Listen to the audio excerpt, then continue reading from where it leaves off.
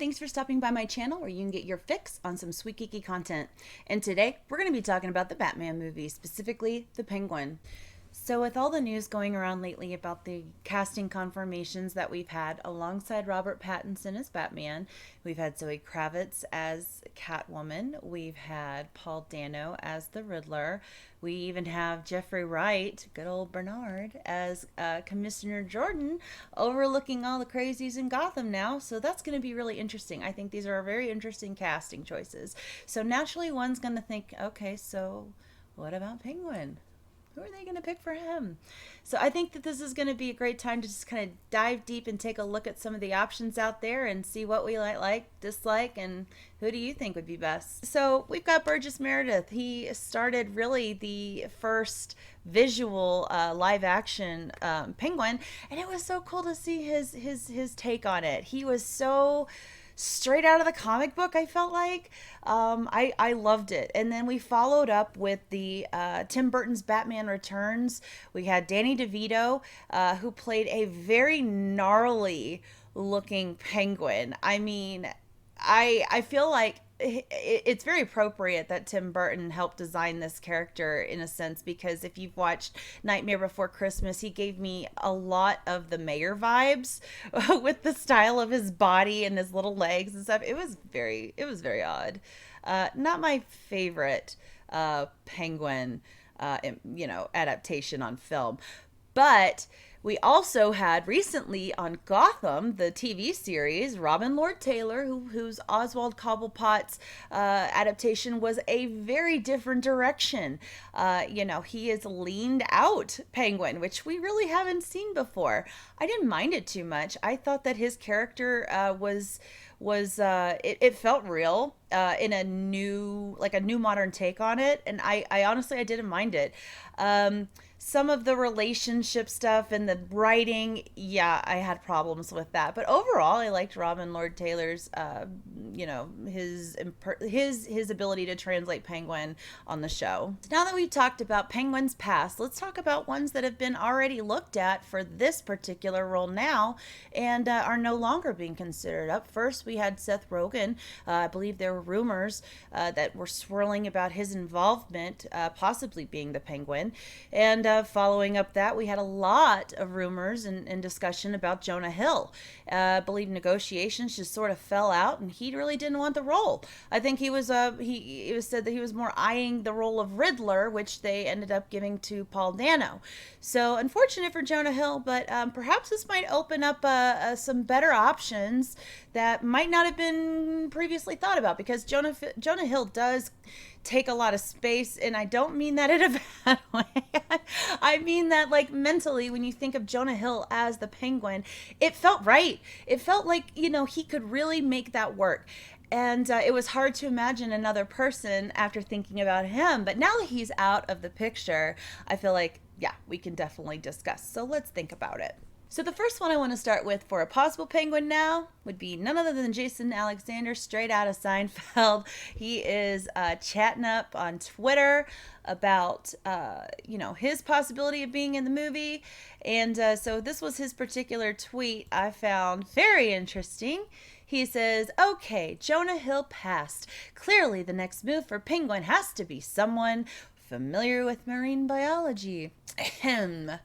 Yeah, so those Seinfeld fans out there might recall there is an episode named The Marine Biologist. And in that episode, here's some interesting meta kind of information on this tweet I found very coincidental, perhaps ironic, I don't know. The lead actress alongside George in that particular episode was none other than Carol Kane.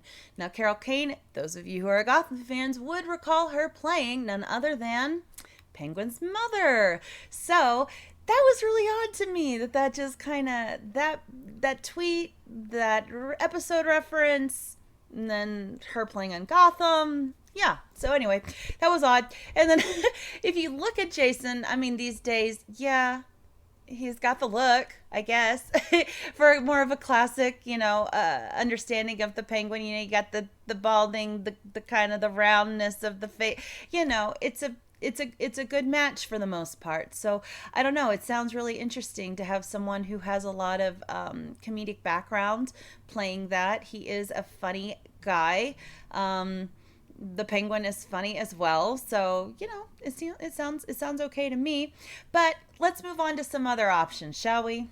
So another possible Penguin I thought about would be Andy Serkis. Now, some of you might recall Andy Serkis as playing Gollum.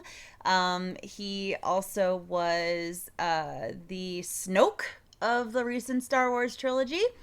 And he does have a lot of other film and TV stuff. He's very well known for, I guess, doing a lot of CG with his face. He was on Planet of the Apes as well. And he has kind of a dark kind of look to him that could be an interesting take on a modern Penguin for this film. So I don't know. It was something I just thought about, and he does play mysterious well. So there's that. And now we have Toby Jones as another possible Penguin. Toby played, you might be familiar if you watch any kind of like British dramas or anything. Detectorist is pretty popular. He won an award for that one, and he was also, for sci-fi fans like me, I watched Wayward Pines, even though it was very strange and not a great show. His particular role in it was pretty good. I liked it. It was believable enough. He plays creepy well. He kind of looks the part in terms of classic penguin-esque look on his face. I don't know. Seems like a contender to me. All right, next up for a possible Penguin, we've got the Peter Pettigrew Penguin. Of course, his name's Timothy Spall, played Peter Pettigrew. Another creepy guy, plays very well in film, and he also was very, very, I think he had a great breakout role in The King's Speech as Winston Churchill. So he has some versatility there, but he does definitely have the look too. So I think that there is an aesthetic that Penguin should have, and to deviate too much from that might be kind of strange. Although in Gotham, I think they got away with it pretty good, but perhaps that was just because so many other things were just kind of meh, that was more standoutish in a positive way. But for this, I feel like, if you change all the characters up too much, then there's not going to be enough nostalgia for a lot of people to appreciate the film. So a little bit of callback here and there is a good thing. And Timothy Spall has it. So last but not least, I thought there's been a little bit of chatter about Josh Gad.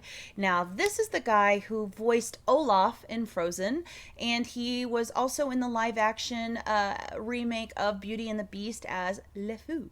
So you might recall him there. He has an interesting look, kind of a younger but still penguin-y kind of look there. But I think that it was confirmed that he ended up in a tweet saying, no, I'm not going to be the Penguin.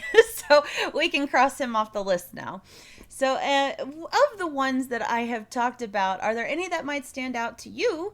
Any that you think that would be just awful? Anybody that I didn't mention that you think would be a great choice? I'd love to hear it. I think it'd be great to see who could play alongside the Riddler. I think the chemistry, the relationship with the Riddler is so important if you're going to have both of them on together. So that's going to be key for me, and it'll be interesting to see who they end up with for sure. And one last thing I want to know about. Who do you think is going to be Alfred? That's the other main cast I'm curious about. So yeah, I'm really interested to see about Alfred, how they're going to cast him. I look forward to your thoughts about that. Again, thanks for stopping by my channel. I really appreciate if you haven't already liked this video, please do so and subscribe to my channel. I'm looking forward to increasing my presence on YouTube, and that support I sincerely appreciate. So you guys have a great day, and I look forward to seeing you guys soon on my next video. Bye.